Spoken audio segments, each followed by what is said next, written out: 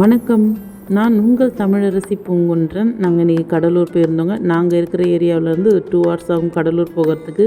Morning 7 மணிக்கே கிளம்பிட்டோம். 9 மணிக்கெல்லாம் ரீச் ஆகிட்டோம். அங்கே டார்லிங்கில் ஓடிஜி ஒன்று ஆர்டர் பண்ணியிருந்தோங்க. அது அவங்க ரெடியாக பார்சல்லாம் ரெடியாக வச்சுருந்தாங்க. எடுத்து காரில் வைக்கிற மாதிரி. நாங்கள் இருந்தாலும் ஒரு வாட்டி பிரித்து பார்த்து செக் பண்ணிவிட்டு திருப்பி ரீபேக் பண்ணி வாங்கிட்டு காரில் வச்சுட்டு கிளம்பிட்டோம். அங்கே யாரெல்லாம் போனோம்னா நாங்கள் ஃபேமிலியோடு கிளம்பிட்டோம். கூட அம்மாவும் வந்திருந்தாங்க. அங்கேருந்து பசங்க பசிக்குதுன்னு சொன்னாங்க. நிறைய ஃப்ரூட்ஸ்லாம் எடுத்துகிட்டு வந்திருந்தேன். அதெல்லாம் சாப்பிட்டுட்டு பசிக்குதுன்னு சொன்னாங்க. ஒரு ஹோட்டலில் சாப்பிட வச்சுட்டு மொபைலுக்கு கவர்லாம் மாற்றிட்டு அடுத்தது ஒரு மீட்டிங் இருந்தது. அங்கேயுமே போயிருந்தேன். அங்கே போயிட்டு அங்கே பாருங்கள், நாங்கள் மீட்டிங் அட்டன் பண்ணிட்டு தான் அவங்க வெளியில் உட்காந்து நல்லா ரகலை பண்ணிக்கிட்டு இருந்தாங்க. இதெல்லாம் முடிச்சுட்டு நாங்கள் வெளில வரும்போது மணி 2க்கு மேலே ஆகிடுச்சு. அதுக்கப்புறம் பீச் போய் நல்ல வெயிலாக இருந்தது. இதெல்லாம் அவங்க கேர் பண்ணவே இல்லை. நல்லா என்ஜாய் பண்ணாங்க.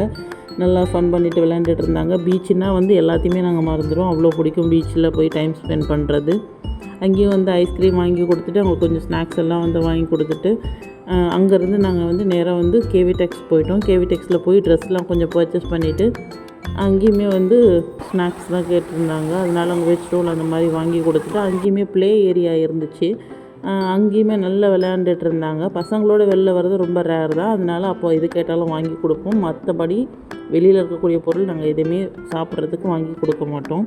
அடுத்தது அங்கேருந்து கிளம்பினோடனே வடலூர் போயிட்டோம். வடலூர் போயிட்டு அங்கே சந்தை நடந்துக்கிட்டு இருந்தது.